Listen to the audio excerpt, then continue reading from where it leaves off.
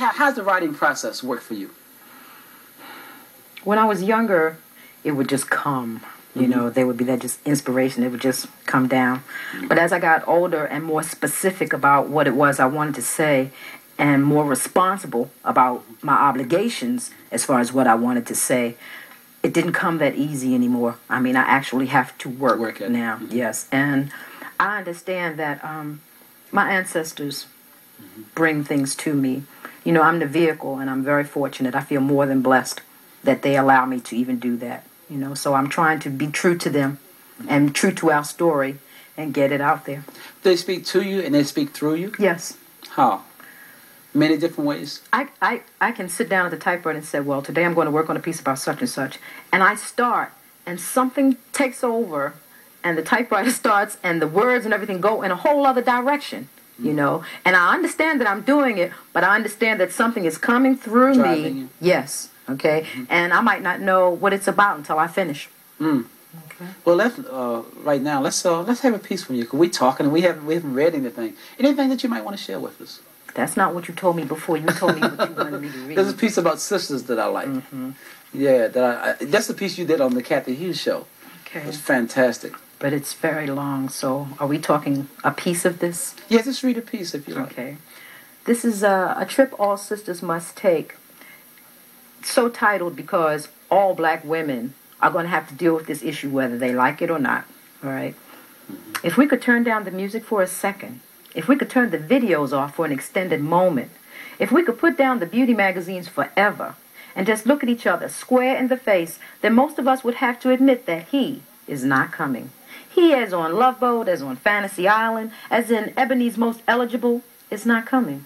But the future still is, so one by one, we've all got to decide which way to flow, since the great he probably ain't going to show. Should we pretend we don't know and spend the next 10 to 20 years making love to men who pretend to be lovers of something other than themselves? Will our temperatures rise so high that we take to the sky like vultures ready to land on anything male?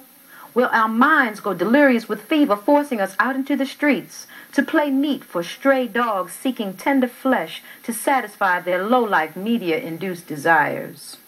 And then it's about 3 pages long, but what I tried to do was name almost every situation that I could think of that women involve themselves in while they wait for a man to come. Okay? So even if you have a man, this still involves you too, because when other women start looking at your particular man, all right, you're going to have to deal with the fact that there is a scarcity of quality black men. Okay, there are people on the street, yes, there are, but a scarcity of quality black men, and that is not black men's fault. Okay, no, I'm not going to lay that at your door like that. No. There's a lot of reasons for that. Sure. And sometimes we don't want to deal with it. But there's many different reasons, for that. I mean, there's so many black men in jail, and the war took so many men. There's a whole lot of reasons for that. But there are people who will say, well, all of them, they all like that. No, that's not true. That's not true. And you can't examine what's happening between black men and black women outside of the context of our oppression in this country. You can't. You really can't. I'm glad you said that, because Dr. Francis Wilson often says that you can't really talk about it without talking about black men in this society and the way this society deals with black men. Right. You do us an injustice if you try to do that, because then it makes people think that we are inherently untogether, which we are not. Okay. All the time. There's another piece that I'd like for you to share. I'm trying to think of the name of it. What's it about? I don't remember offhand. But anything that you might want to share, that you like to share. That I'd like to share. Yes. Because there's so many pieces there. I like the piece on reflection there. Okay. Reflections.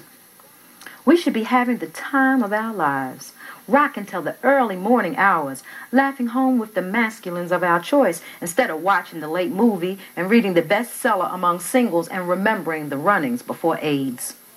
Wherever they are now, I'm glad to have touched them all, broad and tall, slender and small. They never burned me. Didn't buy me things. Didn't always treat me good, never beat me. Didn't always treat me fair, never cursed me. Gave me trick twice, but never gave me a disease that wouldn't go away. And this is a desolate song of gratitude to the lovers I have known without having had to pay the ultimate price. Beautiful. You do so much with language and the way you do it.